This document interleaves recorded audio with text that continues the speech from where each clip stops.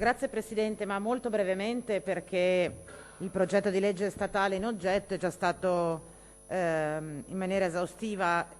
introdotto e spiegato dalla relatrice, con la quale c'è stato anche un lavoro di collaborazione e integrazione rispetto a questa proposta e dunque, lo dico fin da subito, mi sembra che il risultato finale sia in grado di raccogliere sia le sollecitazioni che sono arrivate dalle professionalità, ma anche dalla discussione che è emersa nella sede della Commissione competente. Naturalmente, lo dico anche perché rimanga agli atti, stiamo parlando di un atto legislativo che in realtà si rivolge al Parlamento, perché la materia è di competenza statale e dunque, come dire, stiamo compiendo pressoché poco più di un auspicio, però visto insomma che a breve avremo un governo nuovo, sono certa che potrebbe essere l'occasione anche per arrivare più facilmente, più direttamente all'approvazione di questo intervento normativo, che in realtà è molto semplice perché si compone esclusivamente da un intervento che riguarda il 267 del 2000, cioè il testo unico degli enti locali, e un'integrazione, diciamo così, ad un regolamento nazionale. Dunque, dal punto di vista tecnico non è un intervento così poderoso, ma è una modalità di soluzione di alcune questioni che sono rilevanti soprattutto per i comuni di piccole e piccolissime dimensioni e in particolare in riferimento all'attività che il segretario comunale svolge presso questi enti, quale figura fondamentale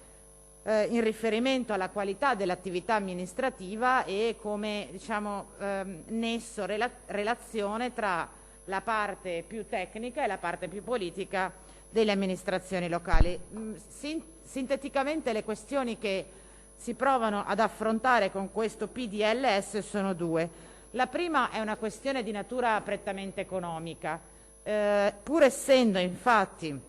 il segretario comunale una figura che gli enti locali sono obbligatoriamente chiamati a reclutare per garantire la regolarità tecnica e contabile degli atti che gli amministratori assumono, è comunque una figura che ha un costo economico molto rilevante in riferimento al bilancio dell'ente, tanto che molto spesso per poter sopperire a questa spesa i comuni utilizzano strumenti come la convenzione o l'ingaggio a scavalco per appunto poter, tra virgolette, risparmiare e condividere questo tipo di spesa per il personale con altri enti. Però ovviamente anche queste soluzioni tecniche non sempre sono sufficienti per consentire ai comuni, soprattutto a quelli molto piccoli, di poter far fronte a questa spesa. Dunque chiediamo che la legge sia modificata nel senso appunto di escludere il costo del segretario comunale dalla spesa per il personale, dai tetti di spesa della spesa del personale dei comuni, soprattutto di fronte all'oggettiva evidenza che da un lato la riduzione progressiva delle risorse a disposizione dei comuni, dall'altro lato la progressiva riduzione dei tetti di spesa per il personale hanno reso questa difficoltà sempre maggiore nel tempo. La seconda questione che si prova ad affrontare è quella di facilitare soprattutto i comuni molto piccoli, cioè con meno di 3.000 abitanti, a poter appunto avere comunque la disponibilità di queste figure professionali. Come sapete infatti i segretari comunali hanno una carriera definita a fasce che a cui corrispondono sedi di segreteria crescenti in termini di popolazione. Quindi abbiamo segretari comunali di fascia A, B e C, in particolar modo le fasce di popolazione, le fasce di professionalità di fascia B e C, che sono quelli che dovrebbero essere appunto utilizzati dai comuni piccoli e piccolissimi, erano figure particolarmente carenti. Ora, è vero che nel frattempo sono state effettuate procedure concorsuali importanti per centinaia e centinaia di posizioni, quindi diciamo che la parte della carenza della figura dovrebbe essere da qua ai prossimi mesi risolta, quindi con l'introduzione nel mercato, diciamo così, di nuove figure professionali, rimane però una questione rilevante sempre dal punto di vista della spesa economica. In forza infatti dei regolamenti vigenti, nel momento in cui un comune piccolissimo, cioè con meno di 3.000 abitanti,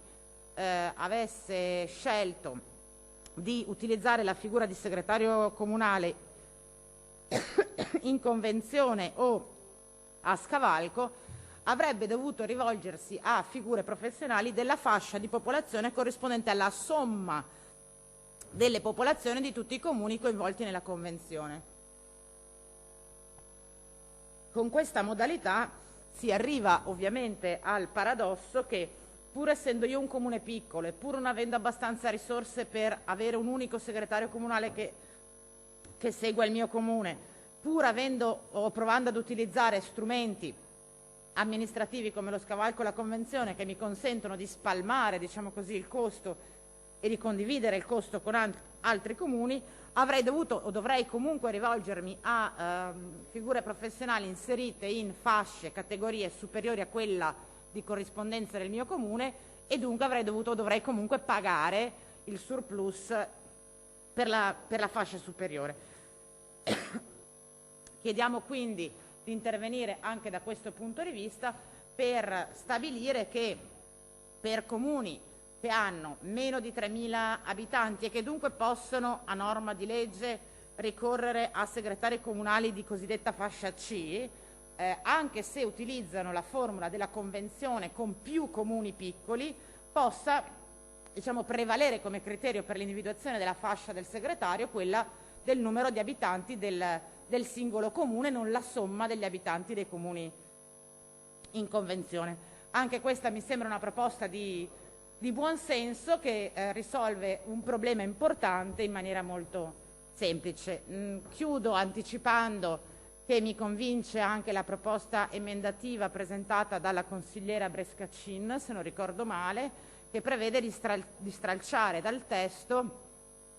la possibilità di ricorrere per le funzioni previste dal testo unico in riferimento ai segretari comunali a degli avvocati. Era una soluzione tecnica che avevamo immaginato prima che appunto venissero banditi nuovi concorsi e nuove formule di reclutamento per nuovi segretari comunali. Direi che ora